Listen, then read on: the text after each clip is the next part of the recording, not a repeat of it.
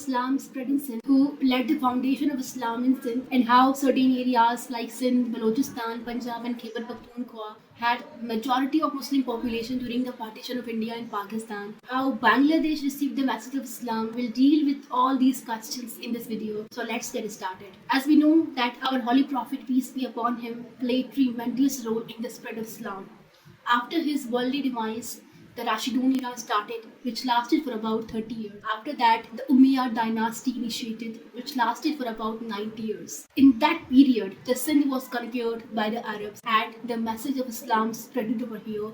Many Sufis from all around the world came here, and they gave the message of Islam, teachings of Islam as well. So there is a famous part of the history which says that certain merchants along with their family, they were returning from the Ceylon toward their hometown Iraq, and they were returning. Their ships was plundered and looted by the pirates of the Debal. When Hajjaj bin Yusuf, the governor of the Iraq, came to know about, he gave message. He sent letter to the Raja Dahir, who was the king of the Debal, but he gave cold shoulder. He did nothing at all. So then the Hajjaj bin Yusuf sent army, the leadership of his son-in-law Muhammad bin Qasim. He came to know about the people that they were superstitious, and with their weakness, he conquered the Sindh. Muhammad bin Qasim gave religious freedom to everyone, and he gave equal rights to each and everyone. And that was a thing that was admired by the people there, basically the marginalized communities. So they started to convert to Islam. After 300 years of Arab occupation of Sindh, the Ghaznavi dynasty led its foundation,